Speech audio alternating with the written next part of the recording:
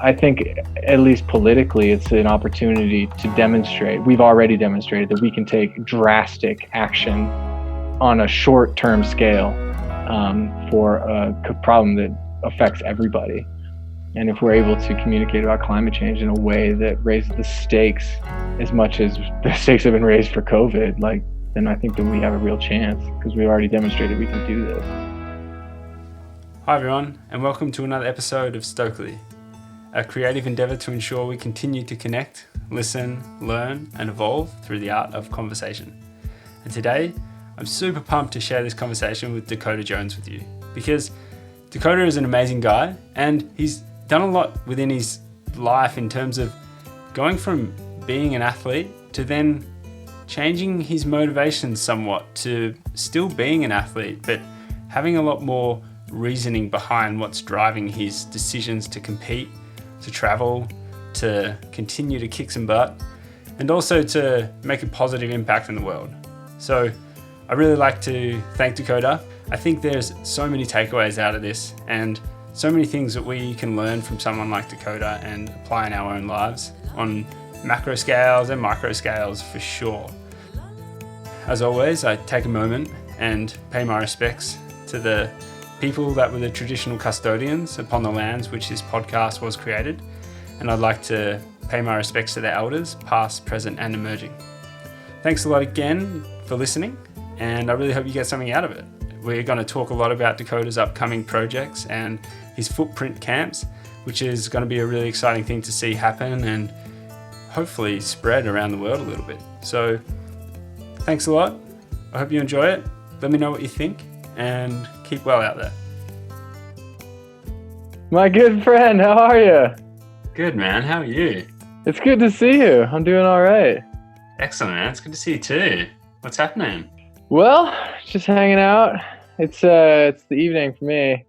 Oh, I just took a MATLAB final. that's awesome. Are we going to celebrate with beer and a coffee?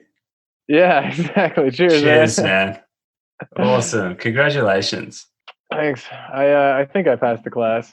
So, dude, I don't know if you've and I know you've probably listened to every episode already, but oh yeah, all the time. Yeah, this so we're doing this podcast thing, right? That yeah, I've listened to one of them. One of them. Well, that's a good start, man. I appreciate that. I'm sorry, I haven't listened to more. I'm saying no. Honestly, I kind of put everything out of my life in the last few weeks, except engineering school and things to kind of escape from it. This really good book, Musashi. I don't know if you've read that. Oh no. It's this Japanese book, and it's awesome. Wow. What is it? What does it talk about? Samurai. It's like historical fiction. This dude Musashi was a samurai. He's like a warrior. It's super good. I did listen to a podcast, and I'm going to listen to more because I think what you're doing is super cool, man. Oh yeah, part of it.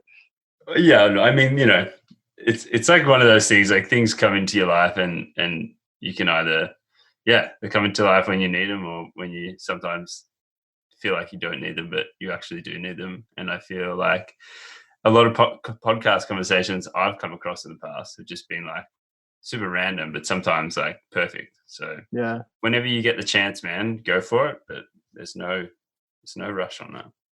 But in saying that, I wrote down a list a long time ago, and then I didn't do anything about that list for a long time, and then I failed on you. No. I long before I got in contact with you, but I just think that, dude, I see, for the topics and stuff. Yeah, I mean, just you've been there, I've been there, the whole kind of glimmer and glam of getting flown around to places. You probably got to experience it on a different level than I did, but just the opportunity through trail running and how get given so much stuff. We can get flown anywhere. We can get put up in so many places, so much incredible opportunity. Mm-hmm. But just it's not about running, essentially. It's about more just kind of other things in life that make you who you are, because I feel like you especially are definitely one of the people that I look up to in the world of running, that I'm like, oh, hang on a sec. You can have your values and you can still hold on to them and be this like professional badass athlete and be like a positive thing within the sport. You know what I mean? So yeah. But that's really nice. I really appreciate that, man. Well, I'm racked with doubt most of the time, but yeah, I don't know. I think the point is to try, right? yeah, I think so. So, And it can be really easy to just continue to say yes and yes and yes, yes, mhm. please, and then next thing you know, you're like, yeah, like I don't do it properly. I haven't done it perfect, but I'm definitely like, and I assume yourself, like definitely a little bit more aware of making those choices and then following through with the action. You know? Right. Yeah, Yeah, it's hard because like everybody, it's like you're supposed to, even though this like traveling around trail running is like unconventional within the sport. It's like pretty conventional. You get a sponsor, you get a lifestyle, you get to travel wherever you want. And like saying no to that, it seems like blasphemy because you're given all this stuff and it's supposed to be the thing you're supposed to want. And at a certain point, you kind of get saturated with all this glamour, as you say, and you're like, what is the end goal here? yeah, And so then I don't know, for me, it's like the environment and like trying to figure out how to meld these like my environmental goals with my racing goals and try to actually use one to support the other. But that requires a lot of sacrifices, like not taking these incredible opportunities. Like I mean, COVID's changed everything this year, I guess, but just this year I've turned down like a free trip to the Eiger Ultra in Switzerland. It's like unreal. Like I've done this multiple times where I just turn down these like dream opportunities because it's not right. Like I'd like to do that, but I don't know. I want to work within the realms of kind of how I want to set myself up as an athlete, and I don't know. It's and weird. I don't really have all the answers, but I'm trying.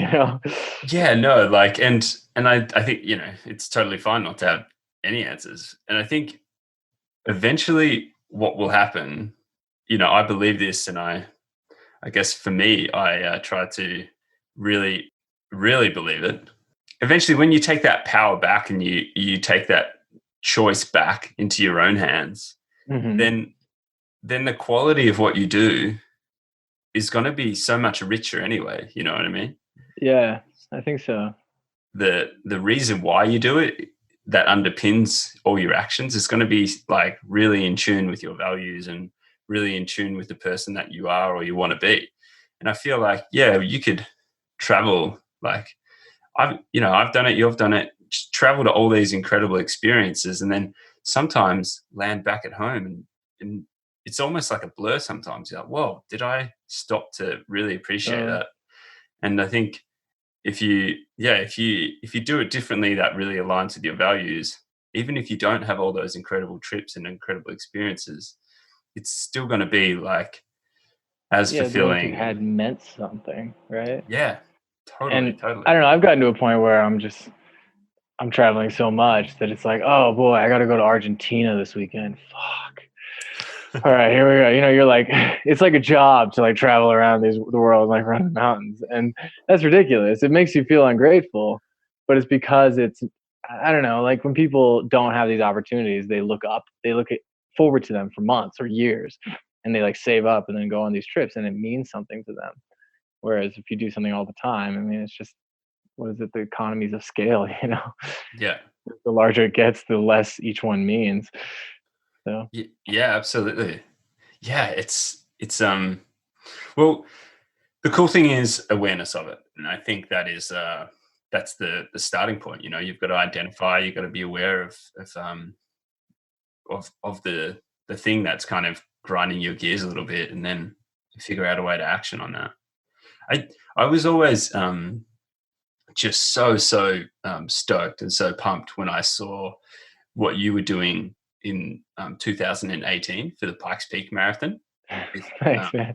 Yeah, you really blew that up. Yeah, like you were in charge of the social media then. That was amazing. Like that's half the reason we made so much money. yeah, I mean, like, yeah, obviously. Well, here's the story, right? Is you I'm gonna I'll let you explain it, but in all honesty, I was so pumped on what you were doing for that little, I guess, project and that initiative. Yeah. And yeah, it was at a time where I was able to drive the Salomon Running social media channels, and I was just like so moved, and I was like, this means something. Like we can have some seriously good impact right now and talk about Yeah. what Dakota's doing. And so it was just like, I probably gave it a little bit more airtime than I may have should have. But dude, I'm so pumped that I did that, and I'm so Well, yeah, stoked that I you. was psyched, obviously. I remember seeing that and being like, I think that he just doesn't give a shit anymore. I think that this is important to my L. I was glad, right? Like, it was awesome. Yeah, no, it was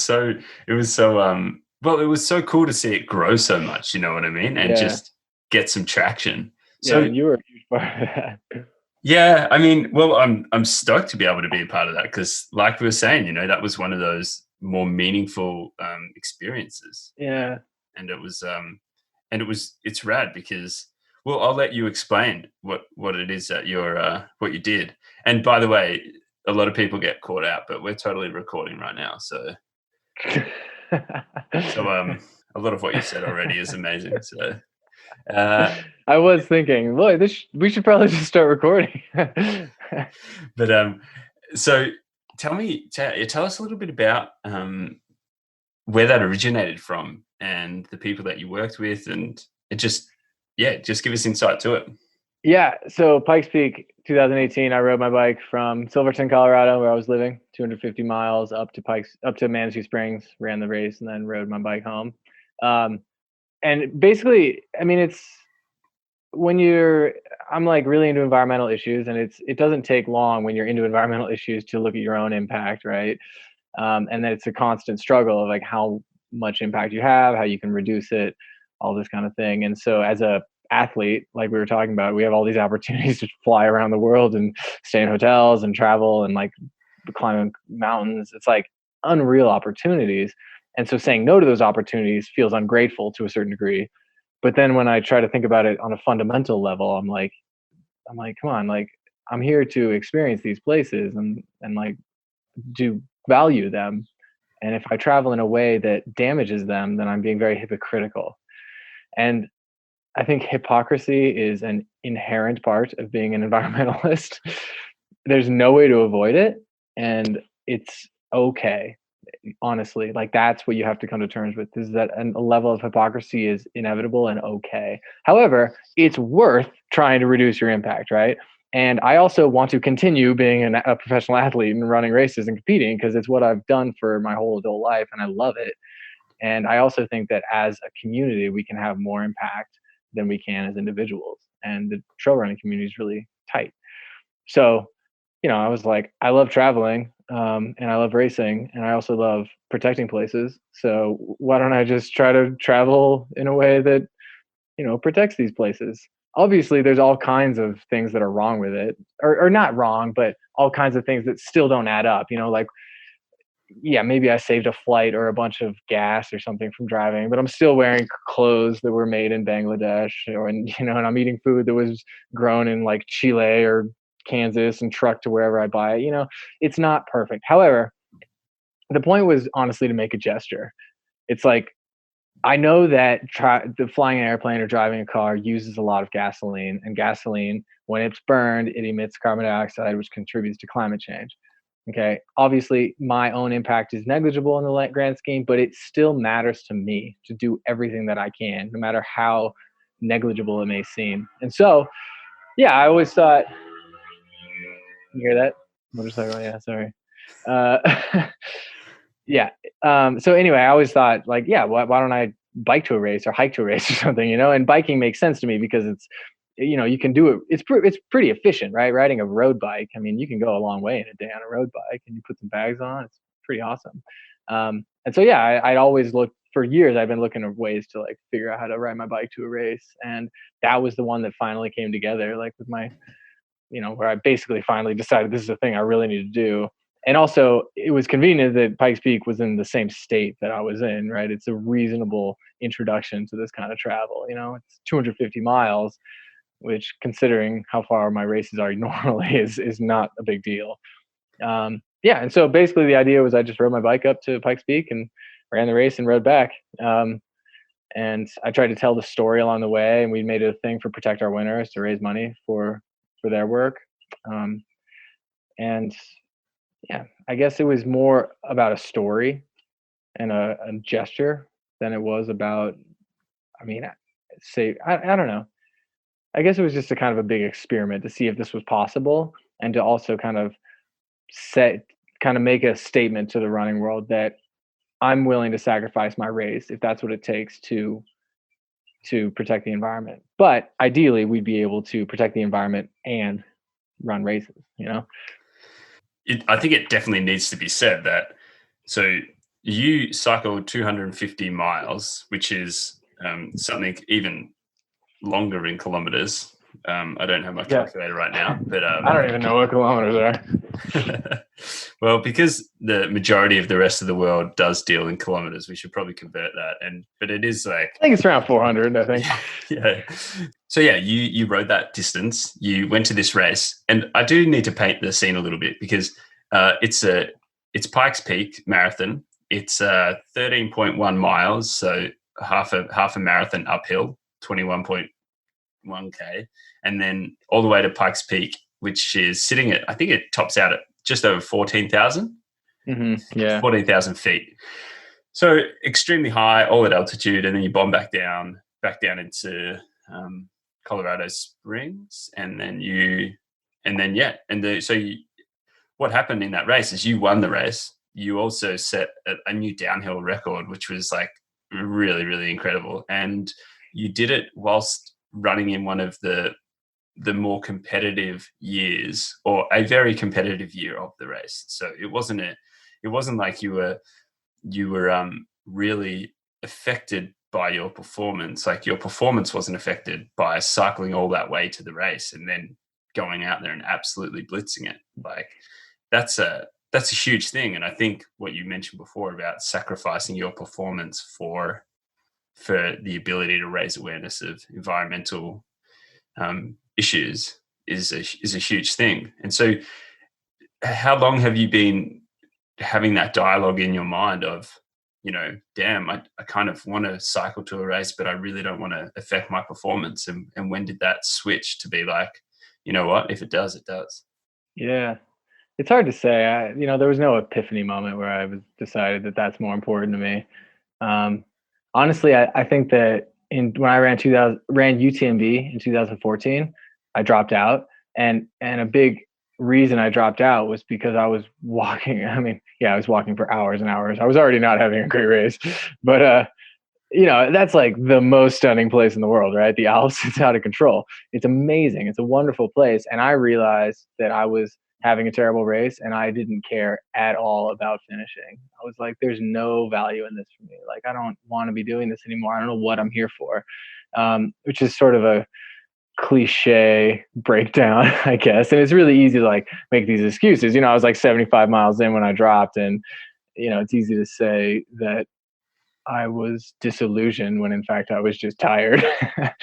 But honestly, I think that I was disillusioned because I'd been able to do this traveling thing for a long time. And all of a sudden I was like, I don't know really what I'm here for. Like, I didn't have this passion to keep pushing through that stuff. And it took me a really long time to come to terms with that. And I feel like made pretty slow progress. I wish I'd acted on all this stuff sooner, but we always do, right? I guess in 2016, I went to Advance Week in Keswick, England. You were there, right?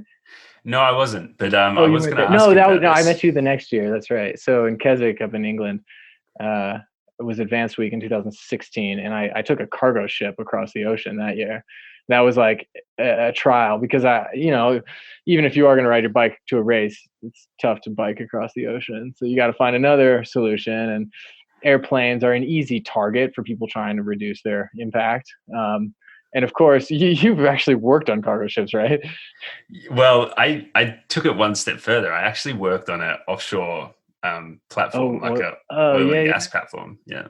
Oh, nice. So that's actually fascinating. I'd like to learn about that. But anyway, I took a cargo ship across the ocean because in the world of people who are trying to travel in an environmentally friendly way, they say that's carbon neutral because the cargo ship doesn't care about you. You give them money. And so it's like extra money for them. Your weight is negligible, and you get a basically a free trip across the ocean. Of course, the environmental impact of these ships is horrifying. uh, Yeah, I yeah. like the kind of gnarly diesel they burn out in the open sea is terrible. But anyway, the point was I was trying to make this big effort, right, to travel without so much impact. Ultimately, I think that that's not the way to do it, and the main reason for that is because it's not scalable.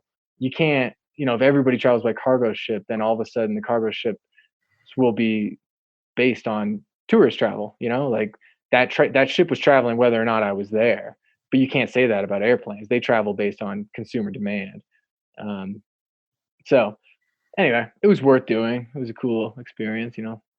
Solomon paid for it, so that made it possible. I think. I mean, it wasn't that much money, and considering that it took 17 days, okay, and there's like 3 meals a day, it's actually a great deal. When's the last time you spent like what $1,000 to have 3 meals a day and a kick-ass apartment for 17 days? Yeah, Yeah, I don't know if this is the right time to be selling cruise yeah, holidays, exactly. but Yeah. so It was a weird experience, but not a bad one. It was pretty cool. yeah, So anyway, the point of that was to try to avoid flying across the ocean, and I did it. And yeah, I did fly home, so whatever. Guess yeah, we'll take. yeah. And Yeah, then you also, when you landed, you continued on your bike, didn't you? So you yeah, didn't really use. yeah. I did take my bike on the trip, Mm, and so it was kind of touch and go. It wasn't like a super connected bike tour. Like I finished. I got off the boat in. I was supposed to go to Belgium in Antwerp, and but they stopped in France, this town called Saint Nazaire, and I was over it at that point. And so I begged off, and they let me off, and basically only because the port guy at this French town was really cool, and he let me he stamped my passport. That was the reason. So which is actually pretty sweet. I have a stamp in my passport with a boat on it rather than like I was pretty oh proud of yeah. that. Yeah. So um, you can do that going through like the Greek islands to Turkey and stuff like oh that. really? Yeah, yeah. Nice. But without the 17 days and Yeah. the cargo ship side of things. It's Yeah. kind of a nice way to do it. Sounds cool. Oh Did yeah. you? So anyway, long story short, I biked across northwest France in like 2 or 3 days. I hung out with Joe Grant's family too. They're from there. Joe Grant grew up there. Oh yeah, And then I sweet. biked across a bit of England too. Yeah. Yeah, yeah. It, and again, that takes a lot of effort to commit to something like that. I mean, it's not it. It obviously is driven by quite a big like reason to do it from you. You know what I mean? Yeah. Yeah. I guess so. Yeah, you got to commit to that. Do you feel like there's also a sense of adventure in that kind of a thing? I mean, I can't help but think like if I was to jump on a cargo ship for 17 days, yeah, granted it might be a lot more slow pace and someone might term it as boring for somewhat of the journey, but there's also seems like it would be an amazing experience and you could turn it into your own adventure. Totally. Yeah, absolutely. It's all up to you, right? I honestly feel like the slower you go, or at least the more human powered you go on a trip, the better the experience will be. I think it's really easy to buy an airplane ticket and fly to some exotic location and have like a totally bland experience. But if you get on your bike from your front door and start pedaling and stay out there for days and days, you're going to have some cool experiences because things are hard. I think that the thing is that we always want to be engaged and distracted, maybe not distracted, but like engaged and stimulated and excited. And that doesn't actually make us that happy. Like I think that you can't really be stimulated unless you're also bored at other times, right? Like you can't be happy unless you're also unhappy at times. You can't, you got to have the ups and downs in order to have these like powerful experiences, I think. And so when I'm on a bike tour, like I remember the awesome times, but they kind of suck a lot of the time too. You get caught in the rain or you're biking up a hill for like 12 fucking hours, or you're on a cargo ship for 17 days and the only other guy's like this New Zealand dude who got pretty old after a day or two. I can't even remember why. He was actually really nice. He let me watch his movies, but like But I don't know. I think you're right, dude. You've definitely got to have moments of downtime to really appreciate the ups, Yeah, and it's really the contrast. yeah, and it's I think to not respect that and not seek that in some ways is doing yourself a disservice, because Right. like it's all about how we deal with those moments of adversity, as opposed to, oh, this is a moment of adversity, so therefore I should really suffer through it and hate it, and I'm just going to, instead of sit with it and allow this to take over my experience for now, albeit very uncomfortable. you know they try and think or remove themselves from the situation and think of the future, and like, Yeah. when I get back to feeling good, or when I get back to that good moment and I'm having fun again. But in doing that, it also creates the situation to become even more excruciating in terms of its pain and its suffering. And it's just, Yeah, I think that's a good point. it's it's a yeah it's a roll on effect. And it's um and I think, what you're saying about that is that if you do take on some challenges like you do, and like you've done, like, again, it provides you with this spectrum um of ways to really kind of enjoy life to a whole new level. And I think that's a rad thing about adventures, right? It's like, someone once said that adventure is somewhat of a journey with a very uncertain, there's an element of uncertainty that it's going to be successful. And I think that's so rad, because you're actually going out on something that there is a chance that things might not Yeah. work. Yeah, I think an adventure is when things go wrong. I go out and I have like plenty of runs or climbs that people would see and they'd be like, "Oh, what an adventure!" But really, like, if nothing went wrong, it's hard to say that it's really an adventure. It's cool, it's fun. I love when I go out and have like a sweet run in the high mountains and everything's great. Like, that probably happens more often than not, honestly. But when things go wrong, that's when the story happens. If you watch any movie, you get to know the characters, and then something will go wrong. That's how it works. That's why Yeah, it's a movie, right? When things don't go wrong, there's no story. yeah, the hero's journey as well, right? Yeah, exactly. All those movies are based off that, right? Most Mm. books too, I think. And so, hey, just whilst we're whilst we're on that topic of, emissions and reduction of personal carbon footprint and things like that, how do you think that this moment in time right now with COVID has affected the, I guess, the consumption and output of greenhouse gas emissions, et cetera, et cetera? What's your like personal like thoughts on that right now? Well, it's hard to celebrate a tragedy, you know, but there are certain silver linings to this disaster, I guess, that's going on because, yeah, like, there's a whole lot less pollution right now. And it's really cool to see, like, the opportunities for scientific study right now, like, as a comparison is really interesting. Like, I mean, I don't know when the last time that people stopped emitting this much energy or this much carbon. Um, Honestly, I think probably the last time that this sort of thing was able to be studied in this way was during the September 11th attacks in the United States, Oh yeah. um, because they grounded all flights for 3 days. And I've actually read lots of, like, when I've been reading about climate change, they reference that time a lot because it allowed scientists 3 days to study what happens when there's no airplanes in the air, over the United States at least. And now, so this is an opportunity to see that on a more global scale. And we haven't entirely grounded flights. We're still using plenty of energy, but it is a really interesting opportunity to see what's going on. Like, as a matter of comparison, like how much of like pollutants in the atmosphere are a direct result of daily industrial activities. Mm. Um, I saw a really good quote a while back that talked about how, while this is great on an environmental level in a lot of ways, it's hard to celebrate it because it comes at the cost of people, comes at the cost of sick people, often elderly people. And the real solution to climate change is one that brings everybody forward with us. Yeah. But I think, at least politically, it's an opportunity to demonstrate. We've already demonstrated that we can take drastic action on a short-term scale, for a problem that affects everybody.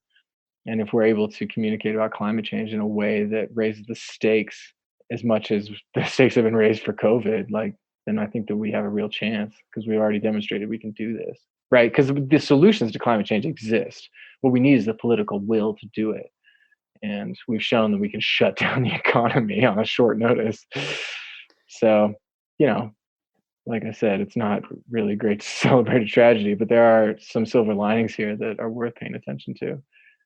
Yeah, definitely. And you're so right. It's been incredible to see what action can be done on such Yeah, a enormous scale, due to due to a crisis, really. And I think, but in saying that, you're there is that element of scalability, and how do we bring everyone along? Like you say, yeah, it's got to be appropriate for everyone, because at the end of the day, it's it's part of being on this planet at this point in time. Like, we've got a responsibility that we need to start taking responsibility for. And yeah, yeah. I think, especially in the United States with like Donald Trump's rhetoric, he's all about like noticing a problem and saying that I'm going to close myself in, or I'm going to close my country in and fix, and like protect myself and at the expense of everybody else. yeah, Right? They're going to push everybody away so that we can survive this problem. When in reality, the root of the problem is us, mostly, Americans on a large scale, but also like the root of the problem comes from this kind of nationalism. It's making it worse.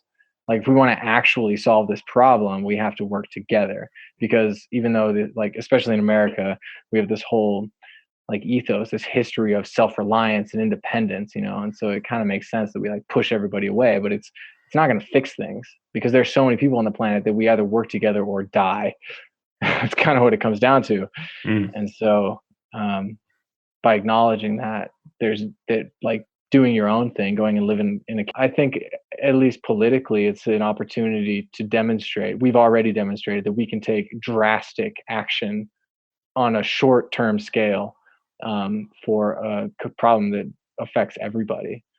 And if we're able to communicate about climate change in a way that raises the stakes as much as the stakes have been raised for COVID, like, then I think that we have a real chance because we've already demonstrated we can do this. Cabin in the woods, that's not going to solve the problem. We have to yeah. work together to solve the problem. It's rad that you bring that up, because you are right. We do need to work together. And some of the other work that you've done, which I've been able to kind of get my eyes on lately, is the work that you go and do with school kids, and getting involved in doing talks at schools. And I wanted to find out a little bit more about that, because there's a couple of things going on there. And I suppose one of them is, why do you feel like that's a path worth taking and going down? Because there's a lot of things you can do on a daily basis, but you've obviously, just like committing to doing a cycle to a race, that's something you've consciously chosen to do. So why go to schools, and why try and give presentations to kids? Like, where does that motivation come from? The first time I did that was for Protect Our Winters. In case listeners don't know, it's a climate change, or it's a nonprofit dedicated to like mobilizing the outdoor industry to fight climate change, mainly through legislative and political action. And the first time I did a school talk was with them, as they call it their Hot Planets Cool Athletes thing. And I'm a cool athlete, so I got to travel down to Oklahoma, which is a state you maybe haven't heard of. It's not the one that people generally choose above others to go visit in the United States, but it's a cool spot. It's just north of Texas, and it's a big oil state. And yeah, so we did a bunch of assemblies out there talking about climate change. And what POW does better than pretty much any other environmental group is they mobilize a demographic that's a lot younger than most environmental groups are able to access. Like, the Sierra Club, if you're familiar with them, their demographic is like 50 and up. But POW is able to connect with people from like 20 to 40 years old, which is really powerful. And so it makes sense to talk to high schoolers or middle schoolers as well, because they're into these action sports. And I always honestly feel like a total imposter at these things, because they have these videos of people like Jeremy Jones literally jumping off of cliffs on like his snowboard and doing backflips. And it's the coolest thing ever. And I'm like, hey guys, I run slowly.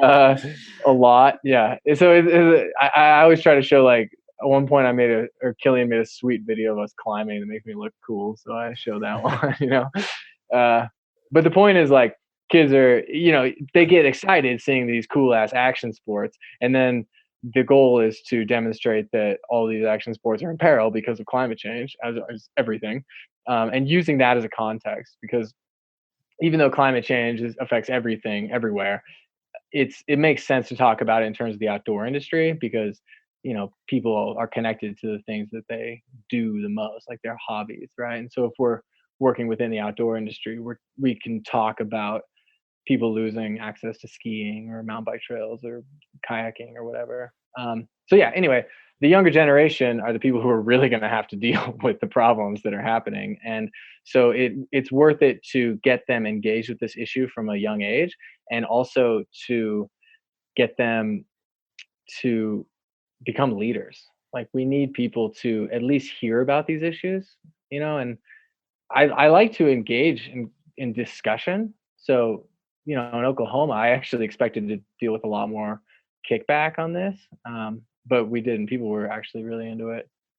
But the idea is, like, just to show people that the things that they love are in peril because of climate change. And if they disagree with that, like, that's cool. Like, come talk to us.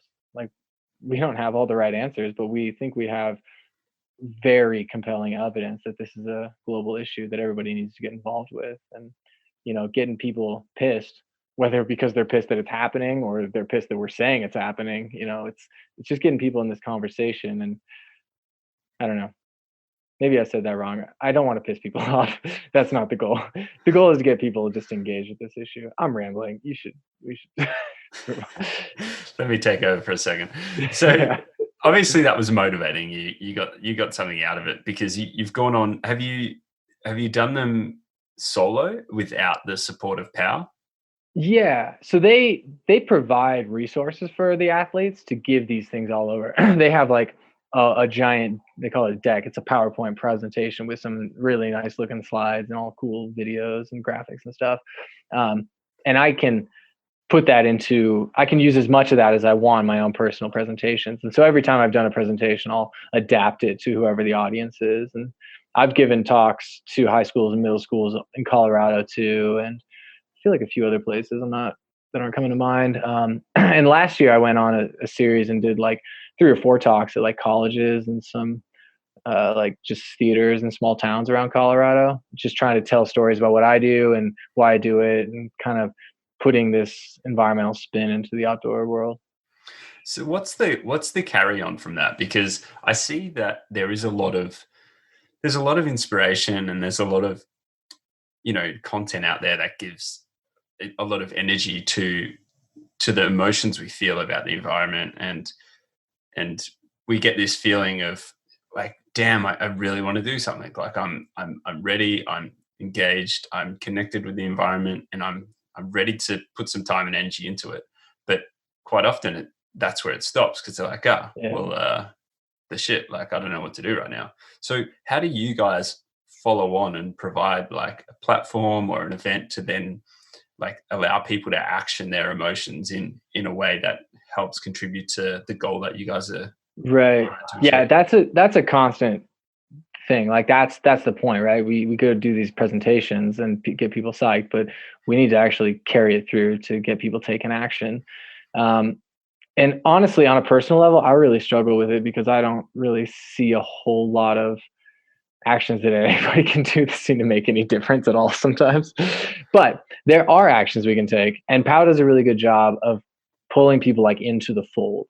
And so by getting involved with POW, they send out, like, emails and texts on a regular basis saying, this is the issue, it's in your area, and this is what you can do about it right now. And like I said, POWs works largely in the political sphere, and, like, they're mostly a US organization. They're definitely expanding into, like, Europe, maybe Australia, I'm not sure. Um, but it's mostly a US thing, and they're really focused on, like, US politics. And what we really want people to do, first of all, above anything else, is vote. Like, honestly, that's the biggest tool that anybody has, at least in the United States, to make a difference. because the people in office are the ones who actually pull the strings. But you can only do that like once a year, maybe once every other year. And so what we want to do is we try to get people engaged with their representatives, because the way that the government works is like every state has 2 senators in Washington, as well as every state has a different number of there's a representatives based on population. And so wherever you live, you have 2 senators and 1 representative. And so we want them calling those representatives as much as possible and saying like, hey, this issue's coming up. You're going to vote on House Bill 1326. I want you to vote for climate action, things like that. And it's fun. Like on stage at these presentations, we'll call their representatives. Like it's pretty cool. I remember at the first one I did in Oklahoma, their representatives are all about oil development all the time. And it wasn't me, like Jake Black, who works for POW, he came up on stage during my talk and he called their representative. And the guy didn't get on the phone because he's an important person, but they always have staffers on like who take calls. And it's actually really powerful because the people who take these calls take note of what you talked about and what position you want. And, at the end of the day, they tally these up. And it's a really effective way to influence action. But anyway, Jake called their representative on stage and he was like, hey, I'm at this high school and we got all these kids here. And we're like, hey, cheer. And so they like all the kids, like 100, 200 kids cheered. And so he could hear them. And we had the phone like on the microphone. We're like, hey, we just want you to know that for us, climate change action is one of the most important issues of our time. And it's incredibly important to us that Senator Inhofe takes action on this to prevent climate change right now. Can you tell us what he's doing to fight climate change? And the guy was like, like he didn't have anything to say. It was kind of awkward, but kind of awesome too, So again, probably I'm rambling here, but the point is vote, call your representatives as much as possible. That's the biggest thing. And just get involved with POW because they'll give you like site specific tools to take action on. Yeah. And if you want to get like reduce your impact in other ways, there's big things. But POW's whole thing is that they kind of downplay the importance of personal action and definitely push up the importance of collective action at the political level. Yeah. I think, I got to have a chat with Claire Gallagher pretty recently. And nice. Yeah, she it's just a wealth of knowledge. She's a lot better at this than I am. Yeah, but it's so interesting to hear that you can actually get on the phone. Yeah, I mean that. Yeah, but that you can actually get on the phone and make that phone call. I think that's such a like a connection. You're talking to a person, and then you can have that at least a feeling that you're getting somewhere, which is just motivating to continue on. But so dude, I really want to chat to you, and let's bring this up in big colored lights about your project that you're doing this year with the Footprints Camp. So let me hand the mic over to you again and go for a ramble. But I believe surely this is this is, again, we spoke about it a lot, Dakota. I know how the system works in many ways. I also don't know how it works in some ways. And I'm talking about the system of being a professional athlete. And I know that you have multiple opportunities to go and travel and race and probably do incredible projects like run in Patagonia and set FKTs and go there with people with awesomely rad cameras and they film you and you're a superstar and you're a movie star in a way. But this time you've worked a bit differently with your sponsors and you're getting them to support something else that you want to do. And I feel like, tell me why you're not going to go set a fastest known time on a glacier and you've chosen to do something different. And what is that? So, like I said, environmental issues are kind of my main driving force. Like that's what I want to do. When I look back on my life, I want to be like, I did something positive to protect the world. And so I think that one of the best ways to do that is through human connection and particularly storytelling. I think that the way that we communicate with other people is incredibly powerful and it can cause lasting change. And in 2018, I went to a running camp in Alaska in Juneau with Jeff Rose and it was awesome because Juno's cool and Jeff is cool. And the camp was really powerful for me. And I mean, there wasn't anything out of the ordinary. We just got up every day and ran in beautiful mountains. But something about it, like being in that place, working hard, sharing those experiences with good people, we became really close friends during that week. It was really powerful. And as I walked away from that week, I was like, I want to do something like this more. I think I could organize something like this, and I think that it could be really meaningful for me. So how can I make it meaningful for other people too? I didn't want to just create another camp like everybody else. And so obviously with my environmental bent, I wanted to do something like that. And I thought about ways to like use this power, the power of these connections that I'd made to contribute to environmental issues and like to create environmental solutions. Um, and so I was like, sweet, well, we'll like, teach environmental, we'll use it, we'll run, and then we'll use the places we run as like a lesson, a case study to learn about environmental issues and how people impact wild places through being in them, both in the outdoor industry or through like energy extraction or whatever. And then I was like, well, damn, I'm not an expert in any of this. I don't know what I'm going to do. I definitely can't, I'm not qualified to teach any of this shit. And so then I was like, well, what if I just hire the people? Surely, I mean, honestly, trail running is full of lots of really highly educated people. And surely I could get these people to come to the camp. And so it took me a whole year. I didn't actually reach out to anybody about this except Claire. I reached out to Claire like right away and asked her opinion, but I didn't actually start putting this together until last summer in 2019. But yeah, eventually I got 4 speakers, all of whom have PhDs in environmental science and or public policy, and who are also runners. So they understand the science, the policy, and the actual outdoor industry, which is important. I decided to keep it limited to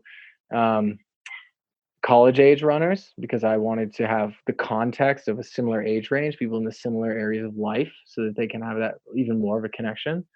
And then I figured out a place to do it in the San Juans where I'm from, because I know that area and I can direct kind of where we do the lessons, where we do the runs. And basically at this point, I'm just like logistics. I'm the liaison here. I got the people together and they hopefully will save the world. But really it's like a project that's based on the power of connection. It's based on using the context of the outdoor industry, which can be really powerful, to create positive environmental change and to take a step away from this selfish selfie culture and towards this like selfless contribution culture, like creating a culture within the outdoor industry of acknowledging our own impacts and reducing them. And it also kind of came out of like that same year that I devised this idea. That was when I went to Pikes Peak on my own bike. And I was like, this is really valuable for me. I did a really cool thing here. Whether or not it had any noticeable impact on climate change, like it's okay. Like it was worth doing because it was set an example. It was my gesture.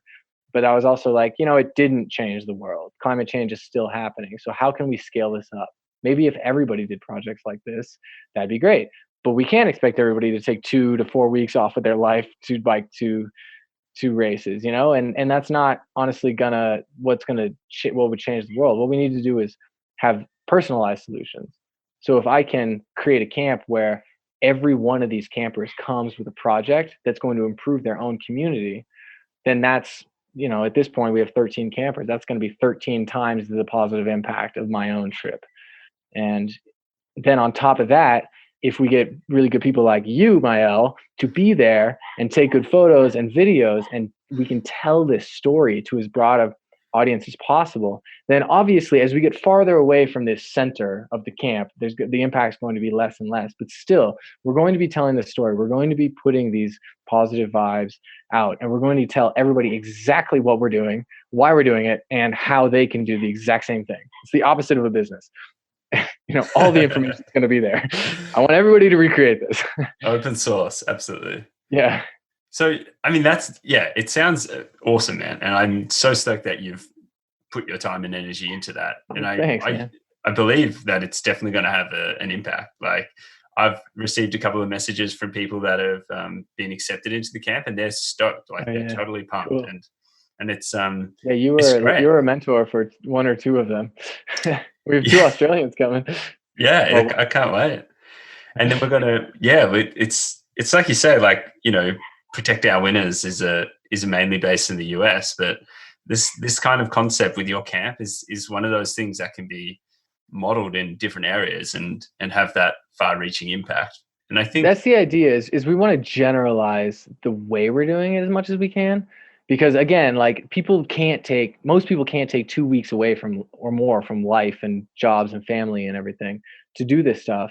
And so we have to figure out a way to create environmental solutions that are tailored to each individual person. The hmm, fact that I got to ride my bike to Pikes Peak was really cool, but a lot of people can't make that sacrifice. And for me, it absolutely, wasn't much of a sacrifice. So how can we make these tools available to anybody regardless of their circumstances? yeah. So in so can you, in the spirit of true open source, can you give us just a, like, what's one day on the camp going to look like? How's it going to flow? Yeah. So the camp, it's going to be 7 days, might be 8 days. Oh, really? Um, 8 days? Well, man, I hope. well, it's like we start on a Sunday and we leave on a Sunday. So depends on how you count it. But yeah, so Monday, Tuesday, Wednesday, Thursday, that's kind of the meat of the camp right there. And that's when we're going to get lessons. Every morning we'll wake up at like 6:30, have breakfast, and we'll go for a run. And it's going to be super cool. We'll go, you've been to the San Juans, where the same place where Hard Rock is. It's an amazing mountain range. It's gorgeous. It also has tons of interesting human history, both Native American and lots of mining history. So each day is going to be kind of tailored to one speaker. And so we have four speakers, each of these I mentioned earlier. And so, for example, like one of our speakers is a woman named Lydia Jennings. She has a PhD in soil science and like water quality. These things are very specific, but she's a scientist, kind of, and based in soil science, and she is amazing. She's also Native American, so she has a really neat perspective from like the technical scientist perspective, but also Yeah, the wow. Native American perspective. Um, and she's done work on water quality in the mines in the San Juans. And so we'll go for a run in the morning of her day, and she's going to give us a kind of a theme to think about throughout the run and kind of talk about while we're running. And we're going to go by mines, and she'll be like, "Look, here's orange water coming out of a mine. You know what's going on there?" And we'll be like, "No." And she'll say, "This is what's going on." And we'll get like kind of lessons along the way. And so we'll get to be in cool mountains, but also like kind of contextualize what she's talking about right firsthand. And then at the end of the run, it'll be, I guess, 2 to 4 hours. We don't want to totally destroy people. We'll have lunch, maybe like a nap time, because I feel like, I don't know, that's going to be almost the hardest part, is that we're going to go for a run all morning, have a great time, have lunch, and then it's lesson time and everybody's going to fall asleep. Yeah. But we'll have a nap. We'll work it out. But anyway, have lunch, break time, and then it'll be the lesson. And Lydia's going to give, or the speaker will give a lesson, like a lecture. And I don't know how long it'll last. It's kind of up to them. But the idea is that they're talking about their field of study. For Lydia, it's like water quality, land reclamation, um, and how it applies to the outdoor industry.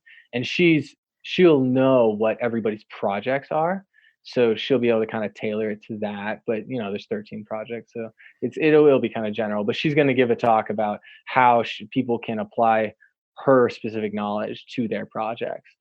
um, and in case I didn't not, or I don't know if I said this earlier, but each camper applied by presenting a project for their own community to improve some kind of environmental issue. And so then after the lecture, we'll kind of go into discussion groups, and each camper is paired with a mentor. And so then what we're going to do is have an hour and a half, where each person works on their project one on one with their mentor. And their mentor are other people. It's like, you don't have to be quite as qualified, I guess. Like, I'll be a mentor. People like Claire. I've just reached out to people who are in the outdoor industry and who are already taking steps to like be active in advocacy for environmental or social issues. Honestly, whatever it is, like just taking action on issues is what's important. So they'll work one on one with their mentor and with other campers. to develop their projects. Then we'll have lunch, or then we'll have dinner, and then we'll do something else. Like, I want to have a good time too. I don't want everybody too stressed out. We'll maybe go for like a hike and have a little like game or something. But Yeah, rad. Have you yeah, been on any Ricky Gates's Hut Run Hut trips? I haven't, They but I've been talking with Ricky. I'm gonna try to rope him into some of my camps because he's got a lot of experience. Have you been on those trips? Yeah, I went on a Hut Run Hut trip last year, and also got to Did go you on do bus run bus? bus run bus too. Yeah, Nice. incredible. Yeah, yeah. Just you know, there's so much to learn from Ricky, obviously. But you've got one incredible thing, which is obviously the setting of Colorado, which is going to be Mhm. incredible, and no doubt you'll be able to fuel a lot of people with Cliff Bars, which is also a huge Oh win yeah, we for. got plenty of Cliff Bars. We're gonna outfit them with Solomon shoes too. So Cheers, gangster. So that's well, it sounds rad, and I am 100% on board with making sure I try get over there. I mean, I would love to maybe, because two people are coming from Australia, it'd be cool to try and figure out how we can do it via a cargo ship. But it's for sure. it's certainly a big thing on the calendar, which I would love to be able to help promote, because you're right, man. I think what would come out of that would be super empowering for each individual, but also really, really setting an example which people can, as you say, scale up, learn from, make it part of their own, maybe camps in some sort of a way. But Yeah. Honestly, like I want people to be able to create their own camps if that works. Like if mm, you want to do one in Australia, um, we'll probably like yeah, I mean, I trust you. We'll probably preserve our brand, but we're going to make it very clear on the website and however else we tell the story, like how exactly we're putting this camp together. Because I yeah, would love to see people doing the same thing in other countries, other states, whatever. yeah, yeah. Yeah, you should totally put one on. And yeah, as for like flying to the camp, it is an issue. I think what we're going to try to do is, I think that we're going to be able to pay for offsets for everybody's travel, hmm carbon offsets, which is not a perfect solution, but it's better than nothing. And yeah, it just gets down to like, we're not going to stop people from flying in airplanes.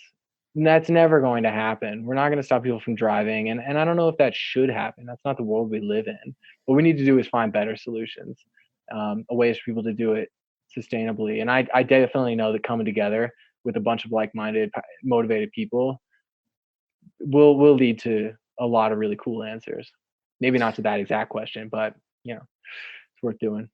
Well, I think it's fucking worth trying at the very Yeah. least. If you feel like it's got some energy and momentum that could have some shifts coming out of it, I think it's you got to try it. Like, absolutely. Yeah, we're gonna try it. So on a more personal level, you've gone back to study engineering, mechanical Yeah. engineering, right? Mhm. That's that mustn't have been an easy decision, or maybe it was an easy decision, but how long did it take for you to dial down onto, yes, there's so many courses in the world, there's so many professions I could get involved in, but why did you go about choosing mechanical engineering? Yeah, I thought a lot about it, and I honestly still question it. I question all my decisions all the time, but, I think it was the end of 2018. I spent, a bunch of time in Europe, and I had a bunch of cool opportunities. I ran some cool races, but I definitely was feeling very much like I'm just doing this because 'cause I'm supposed to, not because it's, like, the right thing for me right now. And it's a deeper story than that. That sounds like I'm just kind of a dick, but Well, what the point is, is I the got home. deepness to it? What is the depth to it? Well, I don't know. It's like I had biked to Pikes Peak in August, and then I flew to Europe and did all these races in a kind of conventional manner. Um, and I don't know, it just didn't feel quite right. It was really interesting. Like Pikes Peak felt like something really powerful, and then I got to go do these amazing races, like this Andorra race, the Els 2900 was amazing, and some other races around Spain. I got to spend a bunch of time with Depa in Spain and learned pretty good Spanish, and it was amazing. But I definitely was kind of at this point like, I don't know, I would like to really. I think that what happened was that that was what I was used to. Like I had traveled like that a lot in my life. And then, but right before I'd done on that trip to Europe, which again was a fun trip, I had a great time, but it like felt a lot less meaningful. Like after Pikes Peak, I was like, this is what I want to do. This is what's important to me.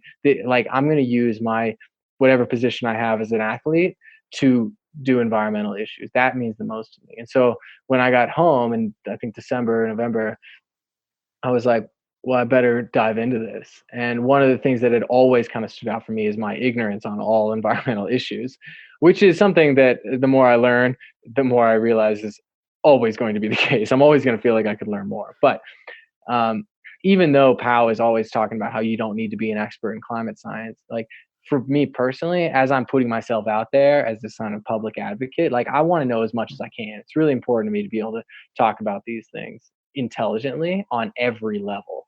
So I need to be able to like talk on a layman's terms to most people. But if somebody questions me on something scientific, I want to really know how to talk to them about it. Because as I say, communication is how we're going to change the world. We have the solutions already.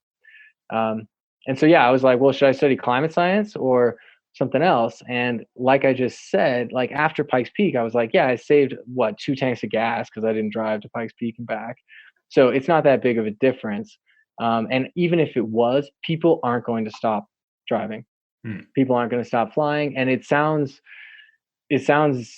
pessimistic. I don't want to be negative about it, but that's just a reality that I think that I needed to come to terms with.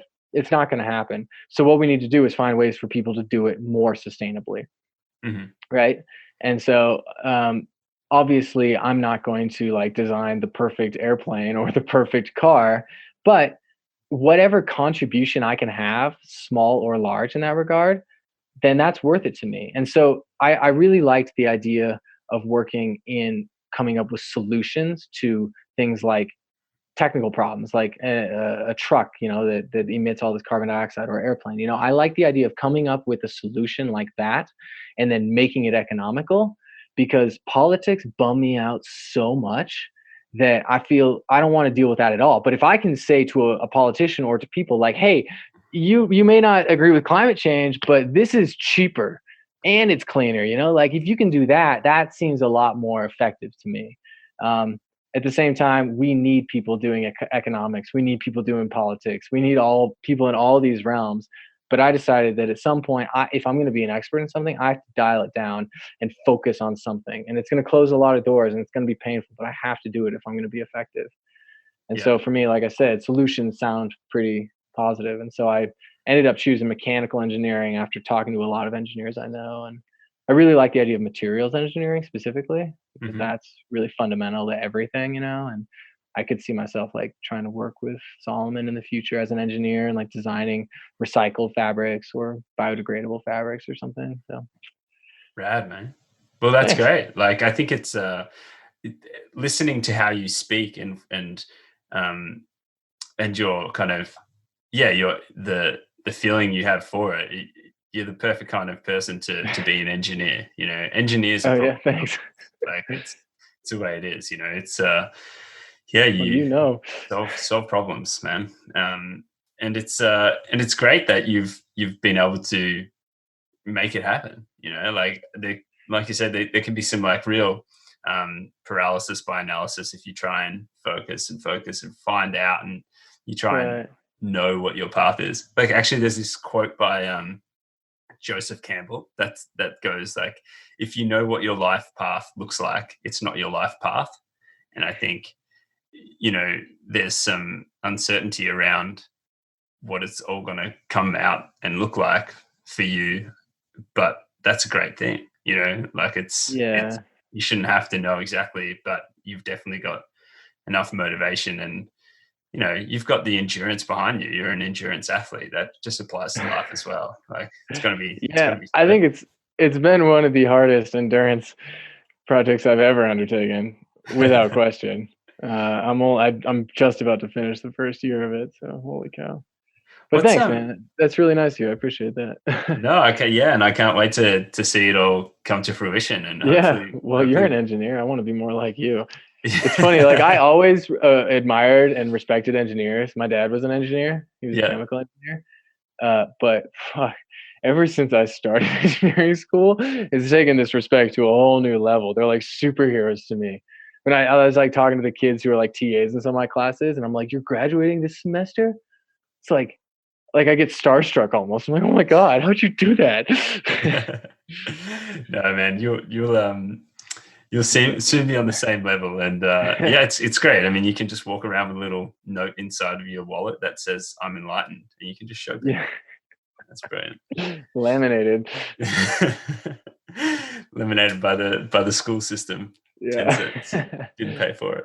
Um, so, but how about on that? Like, you've done some incredible races, and your time as an athlete has definitely been challenging. I have to assume, being somewhat of a runner myself. Like, what sticks in your mind as the biggest challenge you ever faced in that side of your existence? I feel like honestly being injured is probably the hardest part. Yeah. And I think that like in 2012, I won the Transvolcania Ultra, and that was kind of like a thing that made me more well known, I guess, in the outdoor or in the trail running world. And after that, that was like really when these international opportunities started. When I was like, I can be professional, I can make a living out of this, and I was able to, and for a long time, and I really threw myself into it. And I think I made the really easy mistakes of like saying, "Hey, this is my job. I'm going to work harder than anybody else." And so I overtrained for like 4 or 5 years. And I had some good races in there, but I mean, I've been injured off and on for like 4 or 5 years now, and I think I've come to a lot of races overtrained, and it's been a long journey, like coming to terms with that. Because when you set yourself up as like a professional athlete and you're going to like compete and be the best you can, that's pretty much all you do. That's all you got. And so when you get injured and can't do it, or you do it poorly because you're overtrained or whatever, like then all of a sudden you're doing poorly at the only thing that you're doing. And you're like, what am I doing with my, like, what a failure, it's a lot to come to terms with. I think that as far as athletics go, like being injured was one of the hardest things, like being like mentally to come to terms with. But, I wouldn't trade it for anything. I've learned a ton. I feel like I'm fortunately healthy now. I've gotten to meet amazing people. We're having this conversation regardless of the fact that I've been injured off and on for years. So, Yeah, absolutely, man. Yeah, I think it's there's so many so I often talk about the difference between achievements and success. Like, you hmm, can achieve a lot of things and they're quite tangible, and they can be in the form of, a position at a race or a certain time, or, a trophy. Um, but that often doesn't relate directly to success. And yeah, I feel like success can be a lot more of like a personal thing, and a real feeling that someone has. They could, yeah, like they could win a race like Pikes Peak, but not actually feel like that was a success, although it is definitely an right, achievement. right. But That's a really interesting distinction. did you, with that in mind, are there certain things you feel like you've been more successful at as an athlete, as opposed to what some people from the outside might look at you and deem to be successful? Yeah, I think that getting involved with POW and starting to like take a stand as an environmental advocate, that's felt like success for me. That's like Pikes Peak was an achievement in that regard. And I Mm. think it felt like an achievement and a success because it was like a box you could check, while at the same time it was something that gave me a great deal of self satisfaction. Um, and so I think that, yeah, the successes that I've had the most have been like the knowledge that I've gained and the experience I've gained from working with POW and from becoming an environmental advocate. And it's led me to like have more confidence in these issues enough to like organize Footprints Camp, which, like I say, I'm not an expert in environmental issues at all, but at the same time, I'm able to bring together the experts and the kids who are going to make a difference. That feels like a success to me. We haven't done it yet, so let's probably hold back a little bit, but we're going to. It's going to be awesome. And that's because somewhere you are already an engineer, because you're the one Yeah. making it all happen. So I'll There just we go. leave. Project manager. Yeah. Yeah, seriously, man. Um, So are you still, because I remember I met you down in Durango. I think it probably 2017, and we were just like passing through, and we met up with you at a cafe. I was with Ambrose Mike at the time. Big shout out to that guy. Love that guy. Yeah, love that guy. Give him a little shocker. Do you do a shocker? Like give Ambrose a shocker? Yeah, that's good stuff. It's a thing. We he'll love that, by the way. So anyway, I wanted to ask you about the journaling that you do. Are you still doing a lot of journaling? Yeah, it's something I've done since I was like 15, Hmm. for the most part. Like, I feel like I've done a little less in the last year because honestly, with engineering school, it's been pretty stressful, and like, I feel like I'll get up in the morning and I'm like, oh, I'd like to journal, but I better do physics. But yes, it's something I do all the time. Yeah, it's really important to me. Yeah. Why is that? Like, does it give you an opportunity to, like, what is it that it provides to you in your life? Because journaling for me is something I've never really got into. However, there's been moments in my life where I, for some reason, picked up a pen and a piece of paper, and an hour later, I've got 2 pages of writing, and I feel amazing. Isn't it amazing? Yeah, is that what it is like for you when you do it on the regular, like on the daily? Well, certainly not all the time. It's kind of like anything, every run's not amazing, but sometimes you're like, fucking A. Yes. But yeah, I think that when I started journaling, I think I was like 15, and I did it super sporadically. And I kind of like the idea of like having a record of my life, like it's kind of materialistic. Like, here I am, I wrote since I was 15. And there's probably still an element of that. But honestly, more often, it's just the catharsis of putting your thoughts down on paper. And it's an incredibly effective way for me, at least, to like work through what's in my head. Because sometimes I'll be like upset about something or just kind of really intense about something in my head. And I'll sit down and start writing about it. And I think that the slowness of writing is what really does it, because you're explaining everything, in an expositional manner. You have to like write it out, and it's handwriting. You can think way faster than you can write. And I think over time I've developed, without really thinking about it, but I think I've developed just ways of like kind of categorizing. I'll be like, this topic, this topic, this topic, and they all have like thoughts, but I'll be like, okay, this one. And then I kind of write about it and just go where it goes. And then when I've kind of exhausted that topic, I'll be like, what was that one? It's like a memory palace, if you know what that is, and then you're like, oh yeah, it was this. And so then you start writing about that. And for some reason, just the act of writing out everything you think and like maybe seeing it too, it just like helps me work through problems, or even if they're not a problem, it just helps me like understand what I'm thinking about and like take it to a level that I can really like consciously acknowledge, I guess. It's very powerful for me. It means a lot. I don't know. No, that's great. I've never heard it. I've never heard it being explained like that, and that's really, really cool. I mean, I relate to that. That's a really, yeah. I mean, that's motivating to get out and write something in that style. I think And it's what's almost nicest about it is that nobody's gonna read it but you. You can write as bad as you want. It doesn't matter. I write terribly in there, and I don't care, because it's just like my own thoughts, and I write them as fast as I can because I'm trying to keep up with my thoughts. And every now and then I think what I wrote was cool, and I'll like type it out and like edit it a ton and then publish it, but for the most part it's like just my own deal, right? Nobody cares. yeah. You I have did like a weird say. girlfriend or something who reads it, but don't break up with Oh, her. or a weird Australian that comes up and, hey, can I read your journal? And you're like, Yeah. nah, man. And I was like, oh, oh yeah, okay, yeah. It's probably not what you should do.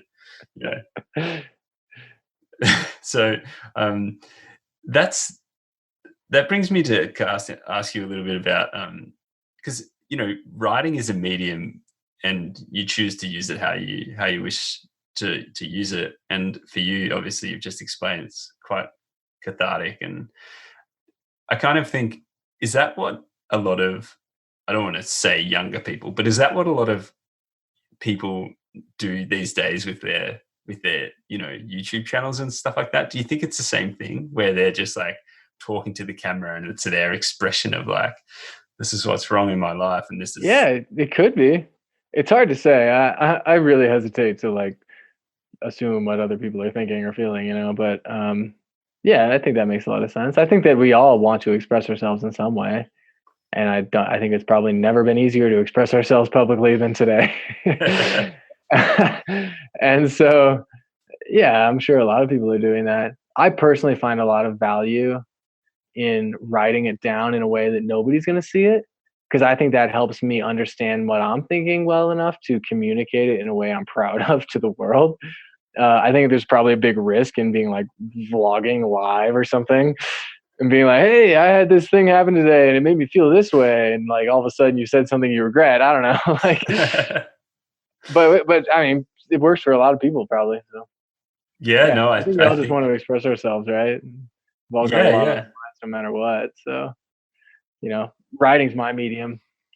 This world is so full of stimulus. Like and we were saying it before, like it's it is really important to take some time to create your own space between what's happening everywhere else and how you're reacting to it. I think it's yeah. Do you think your podcast is a form of that for you?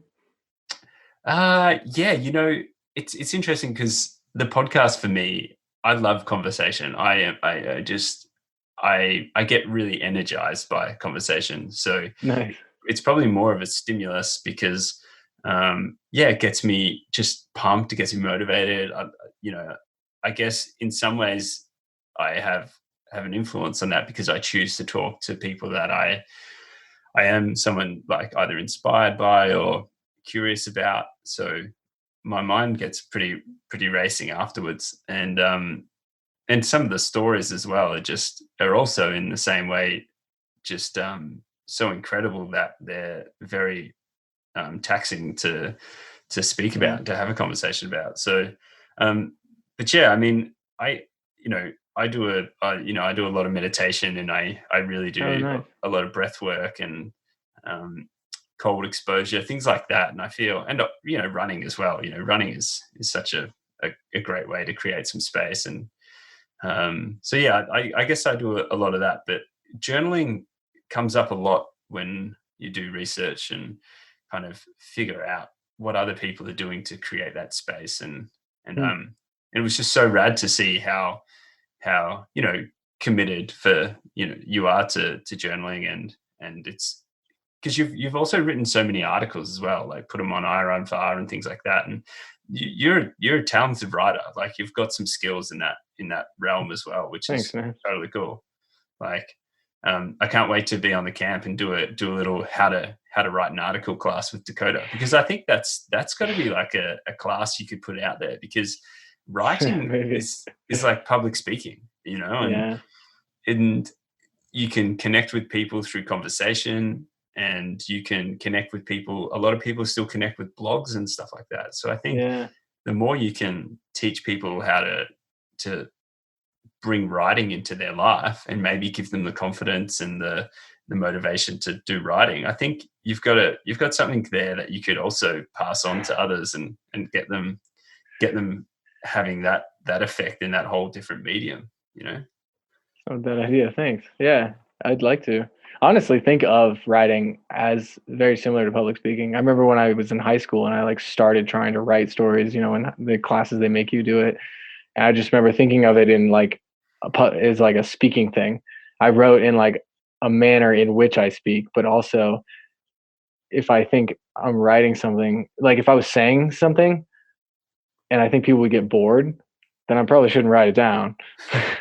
You know what I mean? You feel like you need to write all this stuff, but if you're writing it and you're like, oh, if I was saying this, people would be bored. Well, then don't write that, I don't know. That was kind of the basis of how I started, I think. And, that's, it brings up a whole really interesting point, because we talk about content, and we refer to things like videos and vlogs, and probably, if you bring YouTube into that space and all other platforms, Facebook and Instagram, they've become a really common way for people to communicate now, in terms of either communicating their feelings and emotions or telling stories. But that is so recent, like that is a medium that didn't exist when I was Even at high 20 school. years ago, yeah.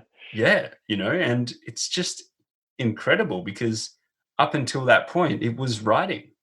People really communicated via writing and having conversation, as opposed to, and people did deliver, like had discourses um, in courses and things like that, and they presenters at speaking gigs and all of that. But now it's become this, just it's so much more readily available to others, and I feel Yeah. like we it's similar to this whole podcast was created out of this idea, essentially, that writing letters was a way we used to communicate, and to a large extent it was an art form.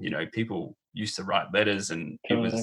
it was like a really human, beautiful thing. And there was this thought in my mind that when we trend so much more towards communication and technology and how that blends together, there's a real threat that, like, the art of conversation could be lost because we just end up not really doing it. And I know some people might shake their head and say, like, oh, that's never going to happen. But some kids nowadays, they don't even know how to write because they've never written, because they've always just Yeah. typed. And I feel It's like, amazing how, oh yeah, like cursive or like handwriting. Yeah. yeah. And so, the having conversation is in that form is like I feel like a really important thing. So yeah, it's just yeah. Now you've made me lose my train of thought, but that's I love it, man. I think you're totally right. It's really important to be able to like actually organize your thoughts and communicate them. yeah, Uh, definitely. and yeah, things have changed so much. I'm not an expert in that kind of thing, but I've definitely tried to learn a bit about communication, and it's pretty fascinating how these days it's all about entertainment, and sometimes you lose like the value of, I don't know, serious discourse when everything is presented as entertainment. I've Mm. got a really good book about that that's totally changed my life that I could show you. What's it called? It's called Amusing Ourselves to Death. It's by Wow. a guy named Neil Postman, and he wrote it in 1985. It's about television, but the whole premise of the book is that everything right now these days was presented as entertainment. And so I mean, it's a fascinating book. It's not that long, but basically the idea is that we lose a ton of very, very important aspects of public discourse because everything is presented in the form of entertainment. And he's only been proven more right with the rise of social media and the internet. So it's pretty cool. Yeah, absolutely. It's kind of I mean, scary and sad, but it's interesting. yeah. Well, I mean, there's a ton of books that have been written in the past that are, seemingly playing out the more hmm we carry on down the line of Yeah. evolution, and that's, yeah, that's scary. Yeah. Is there anything that you look back on?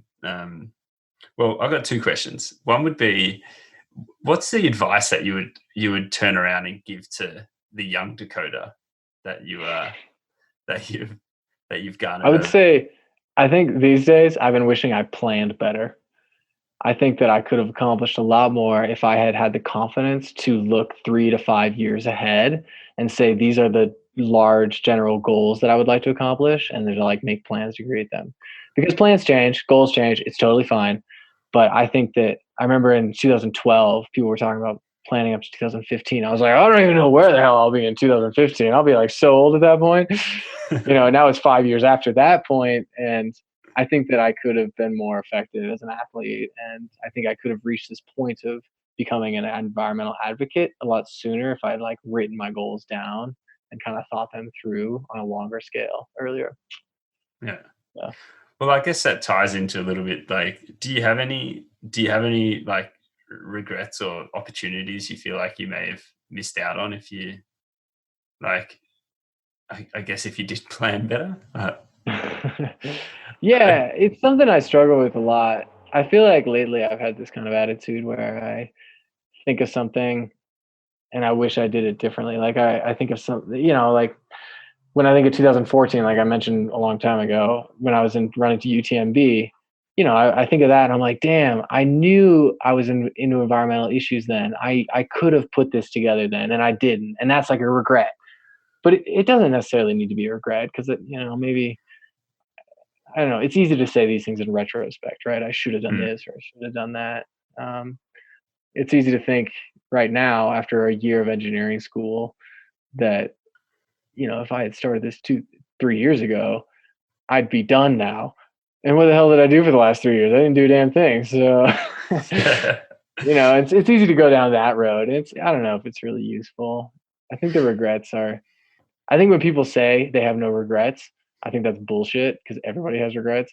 I also think that stewing in them too much is really easy and not necessarily productive unless it's something in particular where you can be like, that was the wrong thing to do. I knew better. I shouldn't have done that.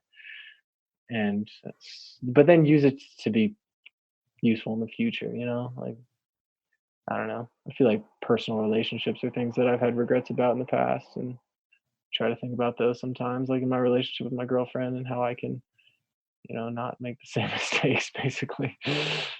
I think that's a really healthy, a healthy way of using it. You definitely want to be aware of it and take on But board the lessons that you've probably learned, but yeah, as well, not get it comes dwell. from pain, right? Like when you feel Yeah, that pain, you're like, it sucks, but I don't know.